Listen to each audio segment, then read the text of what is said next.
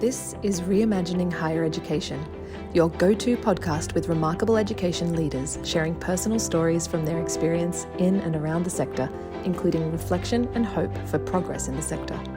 With your host, Professor Judyth Sachs, former PVC Learning and Teaching at the University of Sydney, Deputy Vice-Chancellor and Provost at Macquarie University, and Special Advisor in Higher Education at KPMG, and now Chief Academic Officer at Studiosity. Welcome. I'm talking to you from the land of the Gadigal people of the Eora Nation, and I wish to pay my respects to elders past and present. Today, it gives me great pleasure to introduce Helen Bartlett, who has been Vice-Chancellor of Federation University, but also currently Vice-Chancellor of University of Sunshine Coast.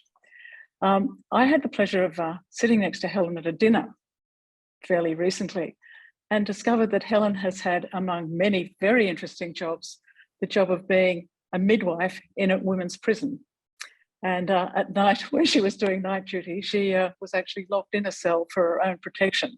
And she had some very interesting insights about incarceration, but it actually speaks to Helen's intrepid life, her life of commitment to education and supporting adults and students to learn. So Helen, we asked you to bring an object that represented your journey as a leader and as a learner. So can you share that with us? Sure. I don't know if you'll be able to see this well, but it is a plaque. A lot of reflection there, but it's an inscribed plaque, a pewter plaque plate that was gifted to me by a PhD student who completed her doctorate a number of years ago. And the reason it's valuable to me is, well, first of all, what is actually inscribed in the plate. It says, "Thank you for being a wonderful teacher." And I thought that was very touching. And I've had lots of paraphernalia in my academic career that I have discarded, but this is one treasure that I have always hung on to. And the reason that it brings a lot of meaning to me is that it reflected a period in my career when it was my first experience at a university working in a different culture in Hong Kong, at a very exciting point in history prior to 1997. So it brings back a lot of memories of that time of teaching in a different culture and learning so much myself about adjusting my expectations and perceptions and so on.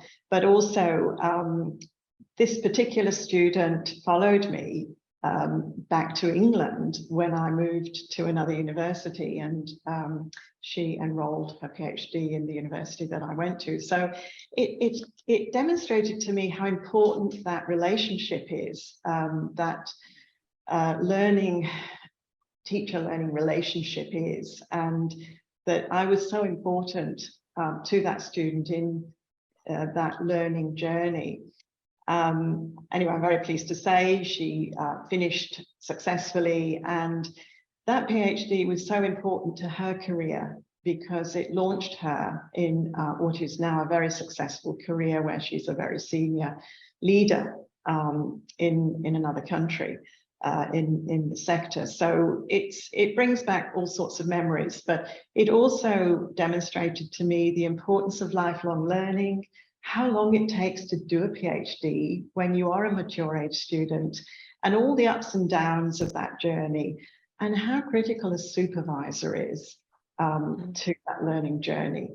You know, the commitment, the perseverance, the social support that you give somebody, and the dedication really to that relationship. So lots of memories and lots of insights into the importance of that supervision relationship with a PhD student. So you talked about your students' experience of particularly postgraduate education.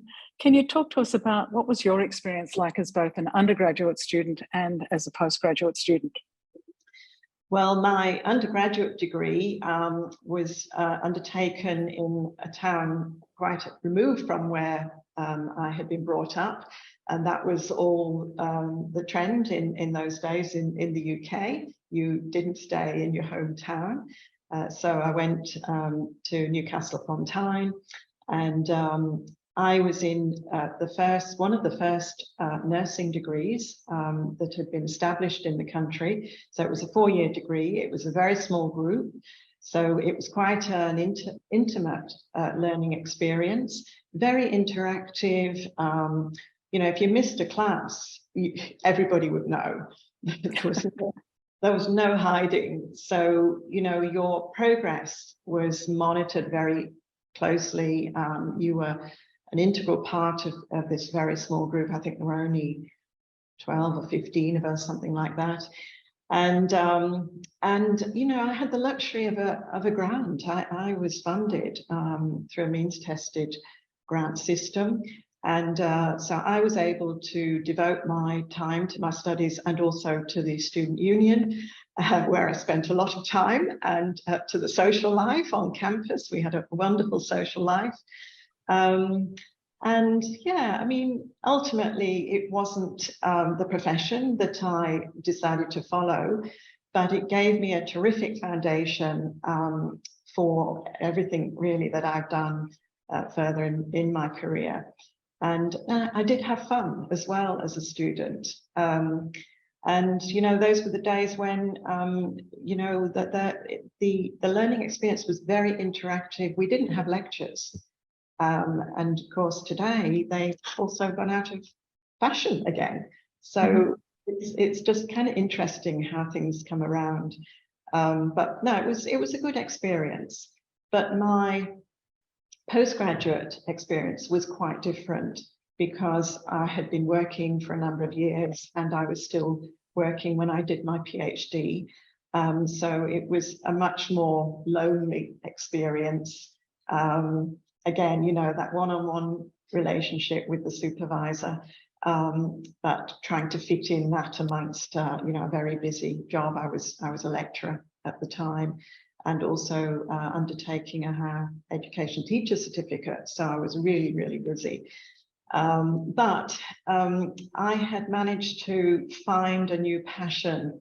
So I'd sort of switched directions with my master's degree. I had completed a master's in public policy, which took me much more into that health policy planning arena, which I had become interested in.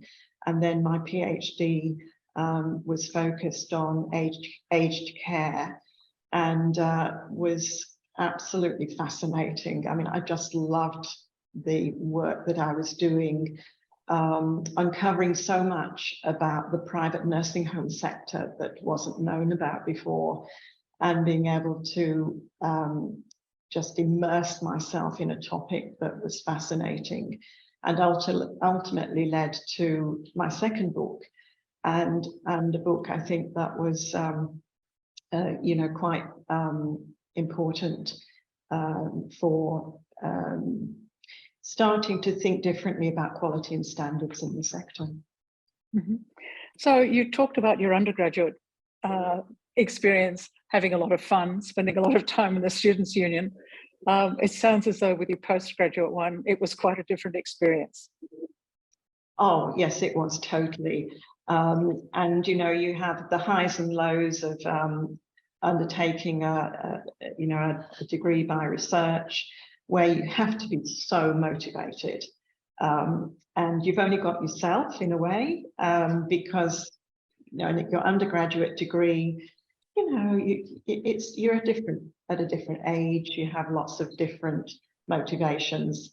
But, you know, as a more mature adult, you know, doing a PhD was optional for me at the time. You know, I didn't particularly see an academic career ahead, but I was doing it because I was fascinated in the topic, and it was an opportunity to really make a difference.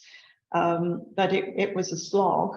It was so long, hard nights, and, you know, very few days off a year, and certainly not a spectator sport for my long-standing partner and husband. But, you know, again, ultimately managed to get there. So you mentioned, you talked about in fact, your object was a gift given to you by one of your PhD students. What was the basis for your approach to supervision?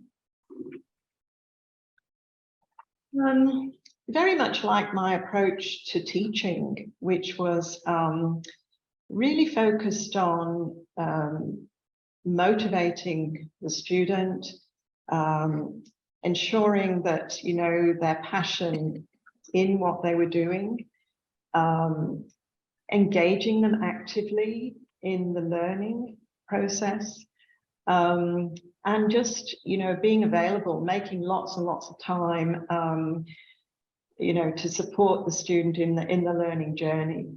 And I think that's the essence of a PhD supervision, you know, is, you know, you become part of the student's life in a way, and are so critical to their success and to their experience of learning. So yeah, I think that would summarize it. So you've sort of touched on the next question I'm going to ask, but what's been at the core of you as an educator? And were there specific opportunities that you took advantage of that were fundamental to, you know, how you developed your career and then how you enacted your career? Yeah, look, I've always been curiosity driven, so never been content with standing still, always wanting to learn more, experience more, and that's very much driven me in my academic career. So I guess one of the early opportunities I took was to move to Australia in 1986. It was something I always wanted to do, and an opportunity came up when an Australian university was recruiting internationally for academics to assist with the development of the rollout of nursing degrees in Australia. And given that I had been one of the first students undertaking a nursing degree in the UK, I thought this was a great opportunity to bring my experiences to bear in Australia. So I took that opportunity and also, you know, achieved my dream of coming to Australia, and worked with a group of academics from across the world to establish a nursing degree. And, you know, then of course, many more followed. And another opportunity I took was to go and work in Hong Kong in 1991, when there was a chance to, again, help develop a school, particularly in relation to research capability in health and healthcare. And that was, you know, an opportunity at the time that I thought, well, I'm not sure where it will lead me. And many people said to me, well, why would you do that? You know, it's not going to take you anywhere. But at the time I felt it was, you know, an amazingly interesting thing to do. And I never regretted it. It was a fantastic experience and really opened up my eyes to working in different cultures. So I've always been driven to working in different environments, experience new things. And I think that's been key to my life as an educator, and the sorts of things and motivations that I've shared with students. In the beginning, I indicated that you've been a Vice-Chancellor of 2 universities, 2 relatively small new universities, one quite rural, multi-campus, another one on the Sunshine Coast in Queensland with multiple campuses as well. What insights do you have about the sort of the diversity of the students that these sorts of universities recruit, but also the experience that they have at university? Well, the campuses that are more regional obviously have a very different cohort of students to metro campuses, and I have worked in big metro universities as well. And I guess one of the main differences is that you know, the students who come to regional universities often are first in family, from low SES backgrounds, may have, may live in rural and remote areas, our First Nation students, and they have a much higher proportion of students from equity groups than do metro universities on the whole. And I guess one of the big differences that I've observed is that the students that come to these universities are just so thrilled to be there. We opened a new campus in North Brisbane 3 years ago, and it's in a greenfield site. It is growing rapidly, and it's in one of the areas that is most underrepresented in terms of higher education participation rates in the country. And you speak to those students, for example, this year, the semester's not long started, and every student you speak to is just so amazed and thrilled to be there, and so happy that they've made it. And it's the aspirations that are being achieved, and I think that's a big difference. I'm not saying that it's the only one, but that is quite striking to me when you look at the types of students that we have in regional universities. And I imagine that the connection with the community is much more personalized and you're much more involved and connected with the community than, say, if you were at a large metropolitan university. Oh, absolutely. Every single one of our campuses is totally connected to its local community. And so, everybody that we meet in our communities is a family member or, has some kind of connection to the students that study with us.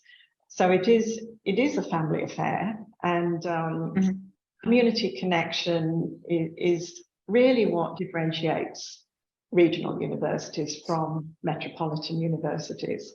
And if we neglect that, it really is a problem. So half of my life is spent on interactions with our various stakeholders across all of our communities. I guess the downside of being in that community is you're very visible after hours. So there are issues around privacy and being a private member of the community rather than the Vice Chancellor. Well, yeah, that's true. You are, it is 24/7, and you can't kind of live in regional communities without accepting that. So you do have to carve out a bit of space for your own private life. But often that intersects with the community anyway. If you're into sport or cultural interests, it will bring you all the time into contact with members of the community. And that's quite lovely, actually. I don't see that as a downside to the job, but it does mean that the demands on your time are enormous. So it's an interesting time now. So I'm changing the questioning a little bit. It's an interesting time in the sector. We've got the review that's being done by Mary O'Kane. We've got a government that's actually interested in supporting higher education. What are the challenges and opportunities that you see emerging in the next short and mid-term? So this really is an opportunity to be reset, and I think we're all looking on it in that light. And for regional universities, where I've spent 10 years of my life, I think we have enormous opportunities to really tackle the question of underrepresentation of equity groups. I think this is the time for us. I mean, a lot of good work's been done, but I think now is the time to really sort of put this up in headlights and say, what are we going to do to reduce this gap? Surely it's time that we can introduce some new policy settings that will really make a difference. I think until we change the policy settings, it's going to be just very slow in terms of moving that dial. It's very hard to shift attrition and completion rates in regional settings. You can, but you have to put a lot of resources in there, a lot of wraparound services. And I think that there's more could be done more broadly for all universities to help address some of the issues. And what we see, every day of the week is that there are a multitude of reasons why students don't get to university, but why, when they do get to university, that they drop out. And we need to better understand those reasons, but we do know that perhaps the number one issue is financial hardship. Mm-hmm. So, anything that we can do to smooth that path for students financially, be it better scholarships, improved loadings for regional universities and so on. I mean, I look back and think how lucky I was to get a full grant to study, and I had no financial burden after I finished my studies. That would be a luxury today. In Australia, we may not get to that point, but I think we can do more, especially for those underrepresented groups. At your university, what's the percentage of school leavers and non-school leavers? It's about 50-50. Yeah, so we're very used to students coming to us from all walks of life, many of whom are trying to juggle studies with home life and other commitments. So, completing studies within the standard 3 or 4 year period is quite challenging for that group of students. And, the more we can do to rethink the duration of degree studies, I think the easier it becomes for students from different walks of life to be able to successfully navigate a lifelong learning pathway where their studies can be better scaffolded.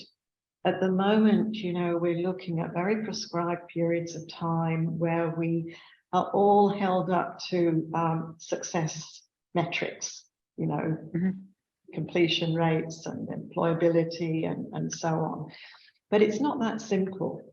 And I think there does need to be more nuancing around measurements of student success to accommodate the different worlds from which people come, and to better support and better scaffold a learning experience that is more lifelong. There's been some recent research that's been done on the age group of where students feel sort of most isolated and alone. And that's between the age of 13 and 23. So part of that between 13 and 23 are our school leavers. Have you got any observations or comments about how universities could better support that sense of isolation and lack of belonging that many students feel? It's a difficult one, and I guess we focus very much on the transition from school to university for those students. So a focus on enabling studies, that is a really important offering that universities in Australia have. And to provide that bridge so that they can better orientate themselves to a different kind of study and to understand what university life will be about. I think that's something that can help, and to set up peer support. Peer support for students, I think, as they navigate those difficult age trajectories, it is really important. So we do a lot of work in schools. Of course, it's all focused around ultimately attracting students into higher education. But I think some of it's also about helping with their development needs, their learning journeys, and also their social experiences. So the more, I think, opportunities you can give to those age groups to interact with peers from outside of their immediate environment, opening up their worlds, you know, to new possibilities, to help them gain confidence in different settings as well. Even, you know, helping a small group of students to get on a train, to show that they can get on a train from near their home to a university. And we have a station in the middle of one of our campuses. But, you know, life experiences don't always assist students to take those sorts of steps. So some of those practical living experiences to help increase their confidence. You know, that's the sort of thing I think that we can do more of. We do a fair amount of it, but I think that could be extended to broader age groups. I've got two more questions to ask. The first one is, what advice would you give to the younger Helen? And then what would you say to, or advice would you give to aspiring leaders, senior leaders in the sector? To the younger Helen, well, look, I was never one for taking advice, I have to say. And I never particularly sought it either. So, you know, I'm pretty satisfied with the choices I've made. But I guess if there's one thing I would advise the younger Helen, it would be to take a bit more time out. You know, perhaps I should have been one of those students that would have benefited from a gap year. I don't think I was ready to start university when I did. And I think a gap year traveling, because I loved travel, that would have, you know, got me a bit more focused, I think, on where I wanted to go. And then perhaps even, you know, later in my career, taking more opportunities to have time out. But it is hard once you get on, you know, that career ladder to carve out decent periods of time to experience different things. But I suppose I've managed to build in a fair amount of travel in terms of the jobs that I've been lucky enough to have offered me. And so I've managed to combine a lot of that experience of living in different places and traveling through my research as well, which has taken me all over Asia.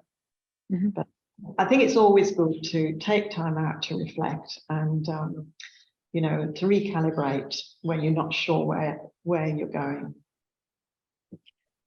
And what would you say to aspiring senior leaders? Oh, I would say, you know, move out of your comfort zone as often as you can. You know, look for opportunities to that are, you know, beyond what you're comfortable with. So if it's travel, looking for positions overseas, having secondments elsewhere, you know, looking to expand your worldview. I think this is something that I say to a lot of younger academics. You really need to, you know, to get a worldview for you to be the best possible teacher, researcher, academic that you can be. And never to lose the curiosity. And don't be afraid of putting your hand up, you know, offering to do things that you think might be a challenge, but, you know, if nobody else is, you know, why can't you put your hand up? Make yourself known and gather those experiences, which can be very satisfying rather than always sort of keeping with the tried and tested.